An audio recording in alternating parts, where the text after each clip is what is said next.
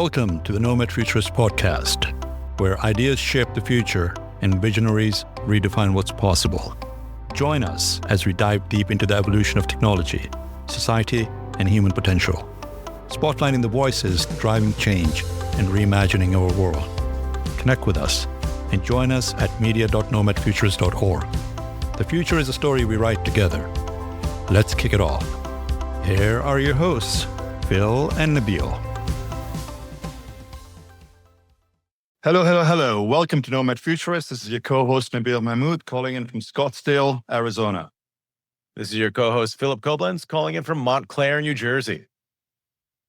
Atif Ansar, calling in from London. Atif, thank you so much for taking the time to join us today. Before we get started, could you make an introduction about yourself at a high level of who Atif is and what are you doing these days? Absolutely, Nabeel. Pleasure to be here with you today. So I wear two hats. I am an academic at Oxford University, what you see in the background, the resplendent university. It's the best university in the world. Cambridge came in second. Well done to them. And I've been in Oxford in various roles since 2006. I did my DPhil, my PhD there, and then continued my research on infrastructure and mega projects. And in the process with my colleagues, we built one of the world's largest data sets of its kind, tracking outcomes of big projects, what people hope to achieve final investment decision and what they get at full commercial operation. As you can imagine, there's quite a lot of variance. So cost overruns and time overruns are really common across the industry, across the world. So it's not a specific problem to one sector, one geography. These are human problems. And a lot of my work with my colleagues is based around human biases, both psychological and political biases that go into estimation and then execution of these projects. In 2018, one of my executive education students in the course I was giving found my ideas very interesting. So he grabbed me after the course and said, look, I think there's a business idea here. We should grab a coffee. And that coffee proceeded to the drinks became stronger and stronger. And Foresight was born, my company. So we're an AI technology for the construction of big projects with a particular emphasis on the data center industry. The technology is very generalizable, but the data industry just pulled us in because of the tremendous growth in asset formation in the industry and the huge time imperative. So we focus on the time dimension and we help people see around the corners, detect risks before they rise, and ultimately accelerate the speed to market of building new data centers. Brilliant. So from an educator to an entrepreneur or a technologist. Let's peel this onion just a bit. Where did you grow up? So I was born in Saudi Arabia to Pakistani parents, so grew up mainly in Pakistan, and then did my undergraduate degree in Georgetown, Washington, D.C., and my first job in D.C. So, a bit of a muddler. So you've got a little bit of the American flavor and touch to it. Absolutely. Now, while you were growing up, was there a moment or experience that, if you were to look back in time, defined what you were going to be or the career that you were going to pursue? Pakistan is a very interesting place because it's a big country. It's a very dynamic place, a very young place, very colorful place. It also has a lot of poverty, and you see sort of a bit of everything, both the opportunity as well as the poverty. And I was always struck by how you could improve welfare of a country like Pakistan by improving the infrastructure that was available. So I was always really fascinated by the infrastructure dimension. In my teenage years, I'd gone to a boarding school in Pakistan, but my family were living in Mangla, which is an area where Pakistan built one of the two large dams that the World Bank had financed back in the 60s, according to a water treaty that we had with India. So dams became a bit of an obsession, bizarrely. And I have, in my academic work, written extensively about dams. In fact, one of my papers with colleagues on the cost of construction of dams is the most cited paper in economics on dams, believe it or not, more than Esther Dufler's, so she won the Nobel Prize in economics. That became an enduring interest. And I've used dams again and again as an archetype of a mega project, partly because they're so big, they're so vivid. And their cost curve is also very interesting because almost all the money you spend up front, they don't have any feedstock costs. So you can, from an economist perspective, kind of very surgically zero in on their capex and model it in a very abstract way. So for a variety of reasons, being in Mangla, going cycling as a teenager with my younger brother, and then sort of attempting to build a little dam myself in my mother's garden, which is a completely unsuccessful experiment. So triggered this interest in mega projects that I think has stayed with me ever since. You know, what's incredible is rare to find someone with your clear pedigree. I mean, the kind of intellectual element being applied to construction, which you think of as a fairly kind of tradesperson type of archetype. Was there any like background in your family's history and industries that they had been in that were in the construction fields, in building projects, anything along those lines? Or was it simply that honing in on just the wonder of dams in general and that kind of seed to where you got to today? No, unfortunately, no construction. I come from a family of poets and politicians. So I would have guessed poets. I would have guessed poets from the maybe politicians from the pocket square. But my father was a bit of a visionary, right? And he was very involved in the 60s in Pakistani democratic movement, purely as a student, not as an active. So he had these ideas around building the nation. So from a very young age, I was very exposed to ideas of how you build countries. And infrastructure is important. Like he had us all the kids read New Deal stuff around like, this is how we do it. Like he was a massive fan of Roosevelt because the Utility Authority was literally the first bill Roosevelt had signed upon becoming president in 1933. So there was this fascination with thinking big. And with that come these big construction projects. And I think that is a fascinating thing about construction is it really touches lives in very, very deep ways. Of course, the people who build the projects, and there's an heroic element to it and romance that goes along with construction. And you see that in the data center industry as well. There's a feeling of that pioneering spirit of people building these new projects, pioneering new industries, but also at the end of it is the beneficiaries, which is the society. And our welfare depends on having access to water, electricity, and nowadays Wi-Fi. So absolutely. So at this juncture, I mean, so you're talking about dams. I would have leaned more towards the engineering element of it, whether it be civil, electrical, mechanical, structural. However, you took a different path, and that's economics and public policy and potentially system designs and so on and so forth. How did you end up making that decision that one was better than another, or that was going to be your pathway to getting back into the sector? Really good point. I was really always quite numeric. It really interested me. It was things that fascinated me. I studied economics even in my A-levels in high school. And so when I got to Georgetown, economics was one of my majors along with philosophy and politics. So I was always coming at these things with an economist mindset. And I think maybe it was novel because people were so taken in by the concrete and the steel and the sheer volume and physical, sublime. A colleague of mine in Oxford, Ben Fiber, calls these the aesthetic sublime of mega projects. Because of their sheer scale, they are so attractive to human beings. But for the awe they create. And for some reason, I was less attracted than, more attracted to kind of the mechanics. Is this value producing? This might be very impressive, but is this moving humanity forward to backward? I imagine that it didn't hurt that when you attempted to build one in your mother's garden, it failed spectacularly. So better focus on the data than on the hammers. What's always fascinating to me is, and we talk about this a lot because one of the missions of our foundation is to try to kind of help aid the education system in kind of catching up with what our industry needs are.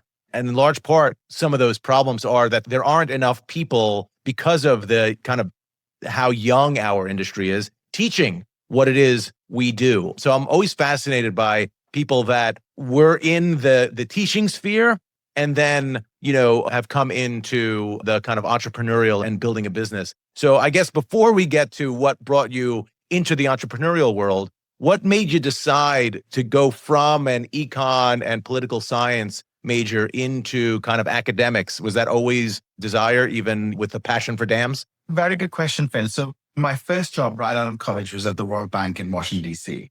And I was the neophyte in the team in an infrastructure unit. And we were financing infrastructure in emerging markets, India, China, Pakistan, South Africa, things like that.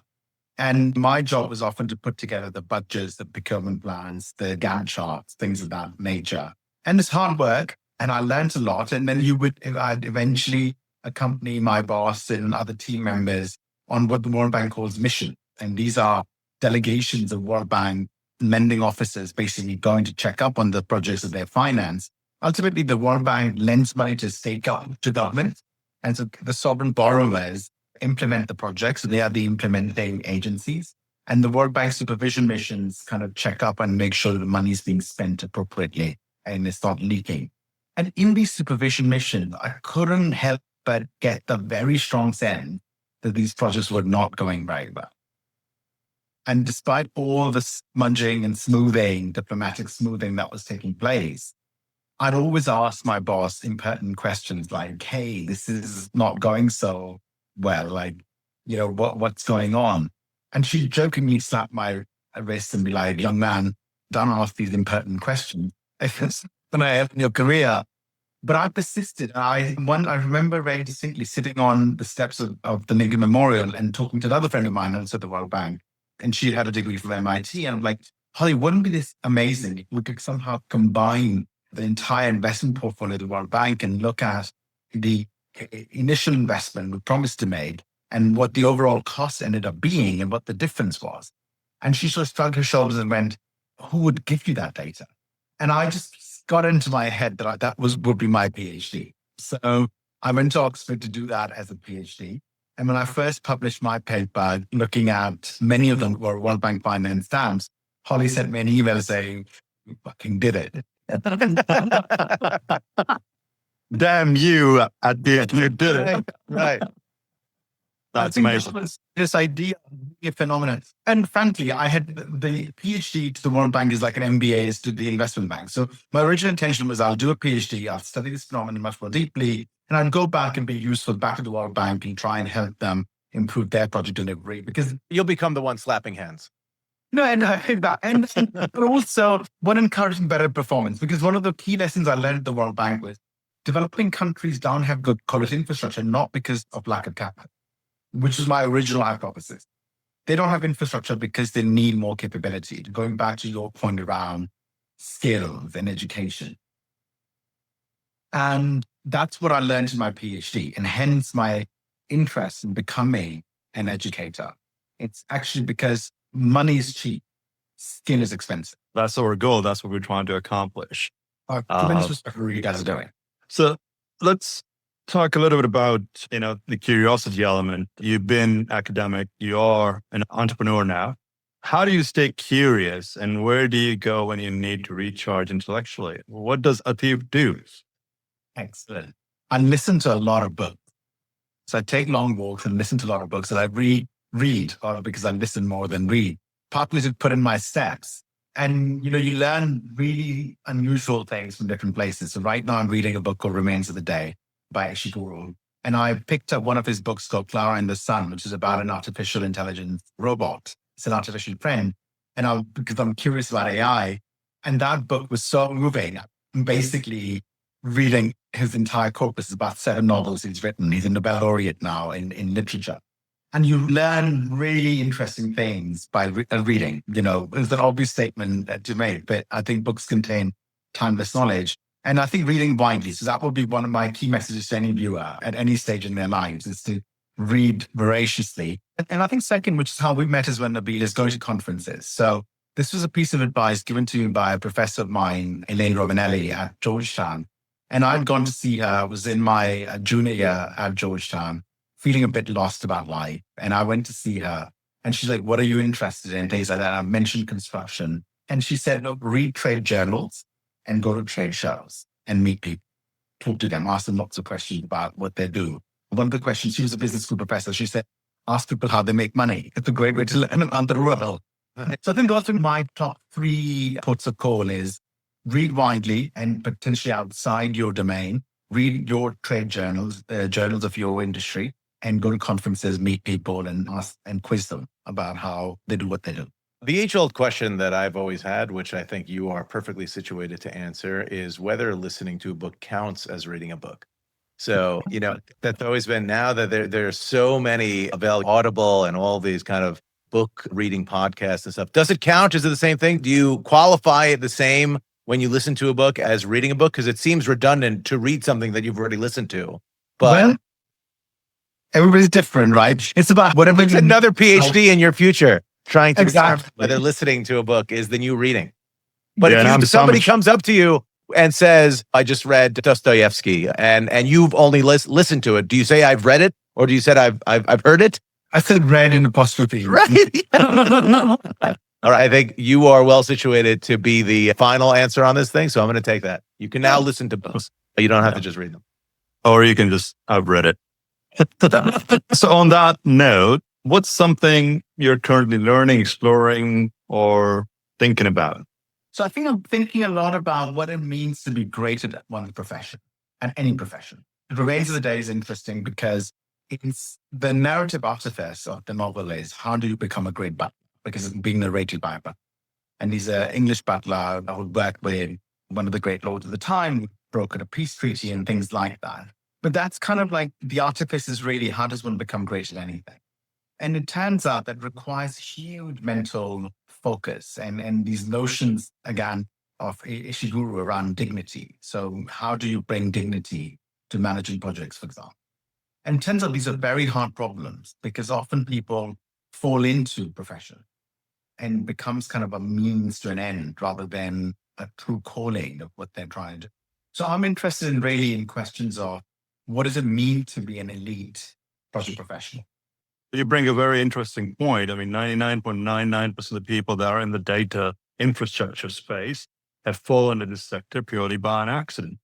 I mean, all of us over here fall into this space purely by an accident. So the challenge on Han really becomes how do we scale up as we move forward? And how do we actually create a culture of people doing the right thing for the right reasons versus just putting Band-Aids?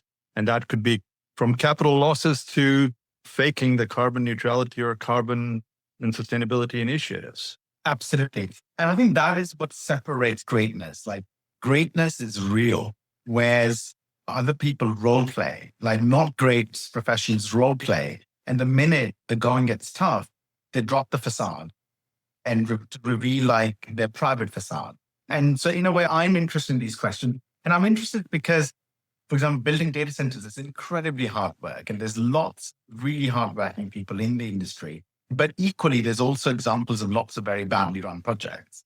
So how do we reduce the incidence of really poor management and improve a much greater control on outcomes driven by profoundly both ethical as well as high quality professional conduct?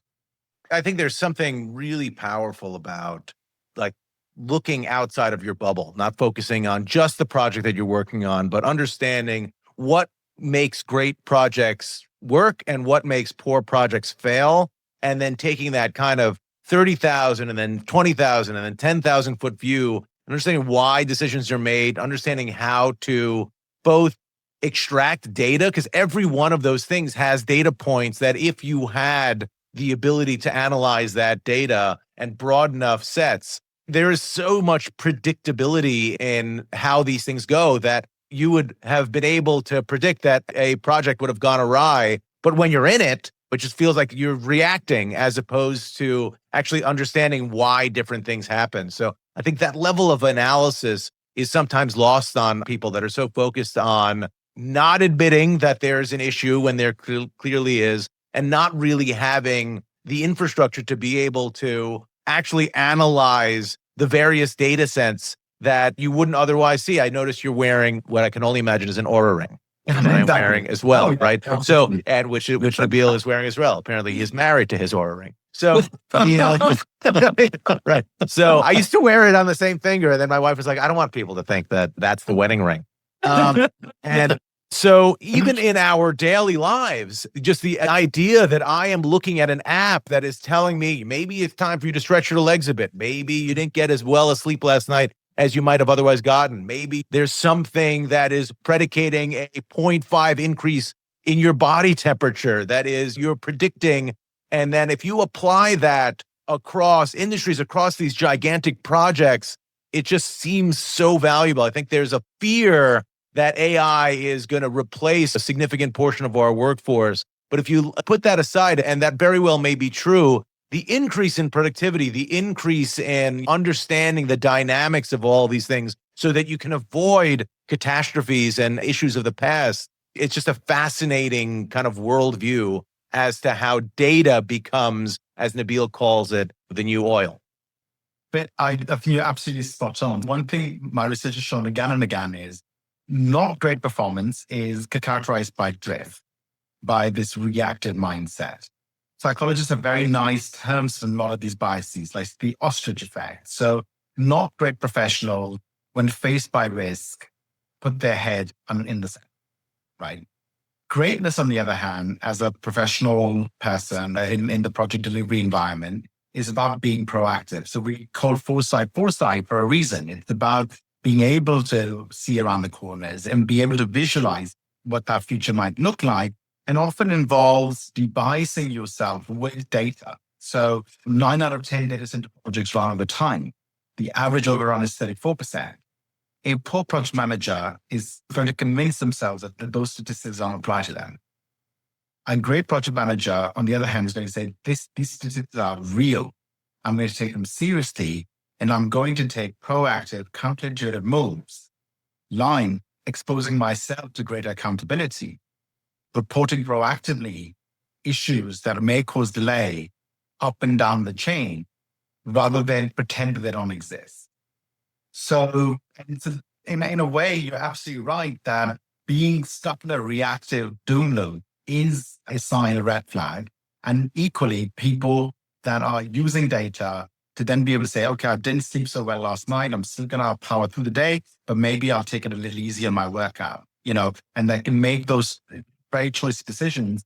I think it is very much part of the answer of what separates really great professionals from those that could do a bit more upskilling. I think this could be used as a commercial for Aura, because I think what our friend here is saying is that unless you have an Aura ring, you're not great. I'm kidding. I won't.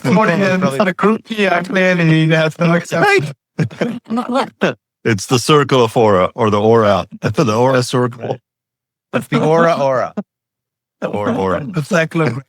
I have a question, which is one that I think is just fascinating in terms of roles. When I have never been in graduate classrooms, but I imagine that in general, the professor is someone that has just a significant amount of lived experience, obviously, understanding of the subject matter, and as a consequence, teaching the students. When you were approached by one of your students after the class to get involved in a commercial endeavor, is there initially some oh, this guy can't know what he's talking about. It's just a student of mine. How could there be anything here? And is there a wall that needs to come down? And do they chip away at it through logic? Or was there an immediate oh, this is a brilliant application of what I taught you?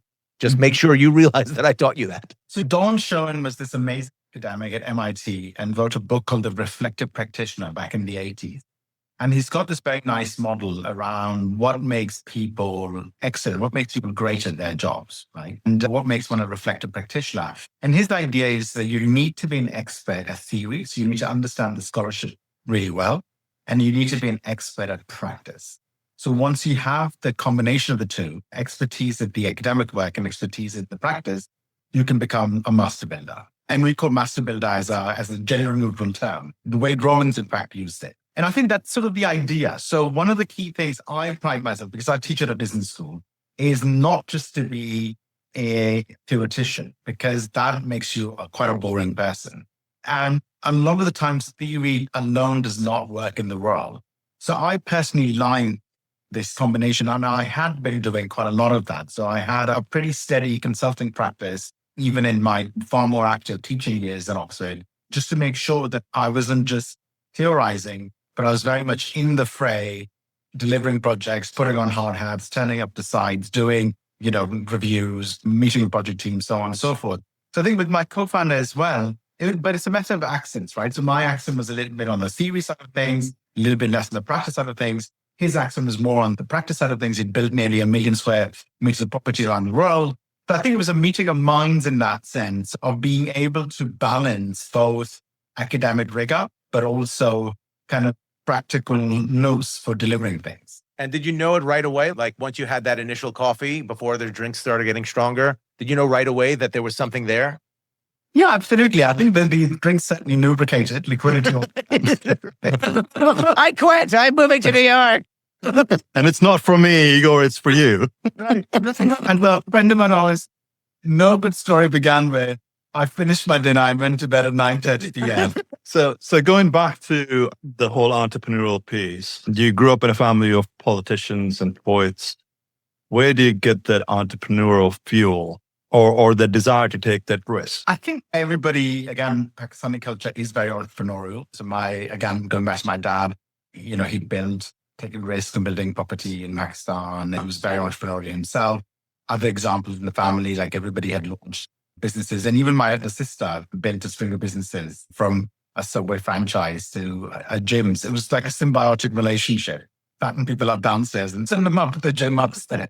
Self-fulfilling. It makes sense. It makes sense. Quite a few role models, but also equally, I think that's one thing that technology has done is really opened people's minds up to entrepreneurship. So even in the early 2000s at Georgetown, I arrived in Georgetown in 1999, height of the first kind of tech boom.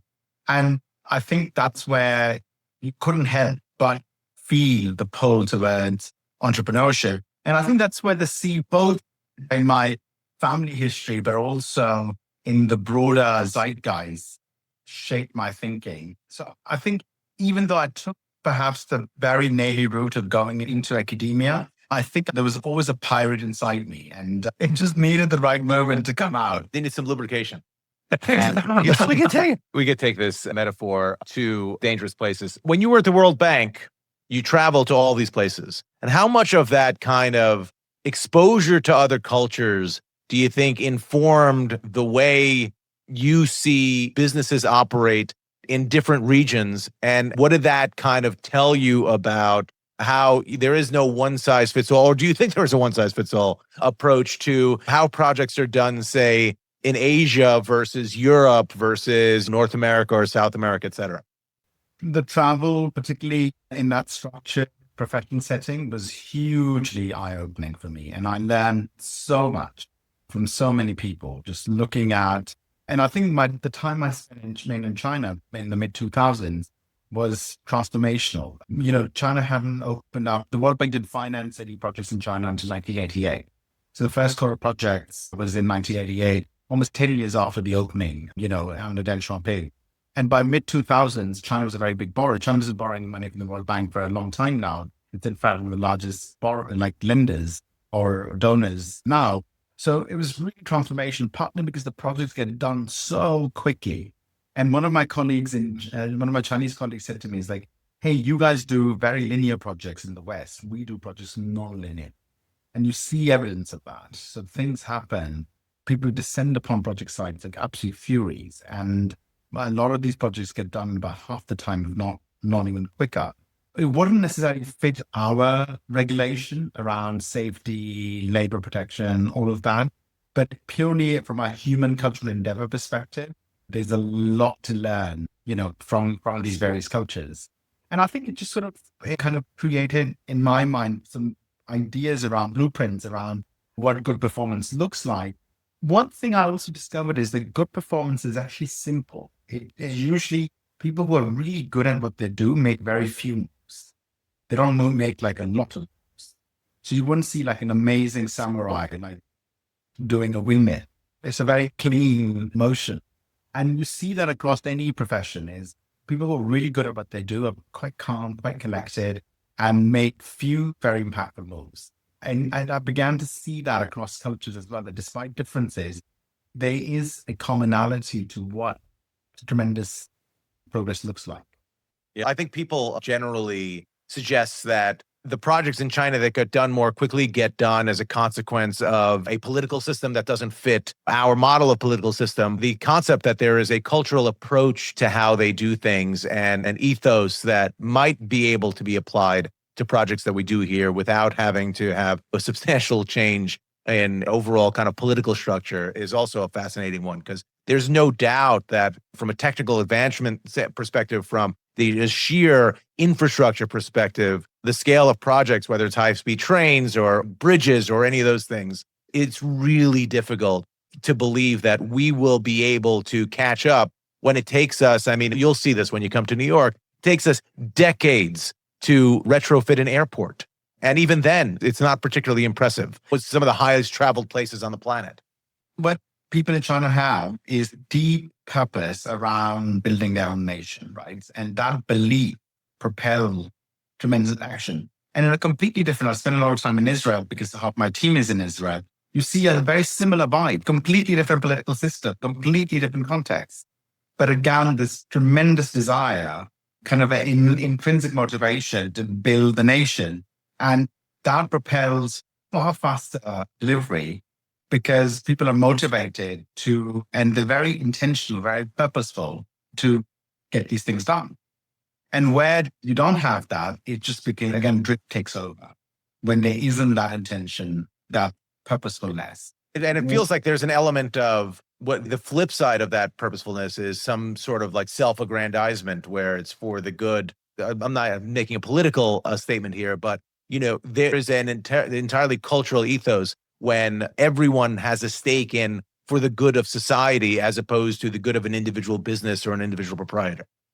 Absolutely. Oh, it's about building that culture early on. All right, so let's do a quick lightning round. One book or thinker who changed the way you see the world. It has to be Michel de Montaigne and his essays. All right. One failure you're grateful for. One failure I'm grateful for. Interesting. When I was applying for the World Bank, I was applying for a bunch of investment banking jobs, and I'm quite glad I didn't get it because I think I've had a far more enriching life because of that. One thing about you, people often get wrong. They think I'm an extrovert. Oh, well, aren't we all? Easy to say inside my little box. I'm an extrovert in my little glass case of emotion. If you had a billboard seen by millions, what would it say? I think it goes along with what we were saying. It would be a Yeats quote around, a mind stretched to a new point never returns to the original. So stretch your mind. What would the 18-year-old Atif be most surprised to learn about your life today? That I can ski like a professional. Brilliant. Atif, thank you so much for taking the time to join us today. This has been lovely. What would your message be to the younger generation that do not know about the data infrastructure space as to why they should potentially consider early on in their lives as a future or a career of choice? I think this notion around data or AI being a hype, it's not hype, it's here to stay. There's 7 billion pictures uploaded on the internet every single day, videos, everything else beside. Content is this is form of human communication. So you don't even have to think twice. Join this sector. When I learned the statistic 10 years ago from Dan Mandrigal, who's now at Oracle, and back then he was with Facebook, and he mentioned that to me, and 1 billion of those 7 billion photos were being uploaded to Facebook. That's when I realized how much data center demand is going to be required to simply store and handle all of that data. So you don't even think twice, jump in. This is going to shape civilization for the next 300 years. Well, this is the beginning of time, as we call it. The beginning of time, when literally we just begun. Brilliant. Well, thank you again. Thank you for joining us today, and can't wait to welcome you in New York City. Welcome to America. New York is about to get an intellectual booster shot when you come to town, so I can't wait for it. Thanks, Nabeel. Thanks, Phillip. This was a lot of fun. Thank you for joining us on the Nomad Futurist podcast. Remember, technology, markets, and challenges will continue to evolve. But those who adapt and prepare are the ones who will thrive. Embrace the change. Stay curious. And let's build a future worth moving towards. The journey has just begun, and we're glad you're here with us. Visit us anytime at media.nomadfuturist.org. Stay connected and be a part of the movement.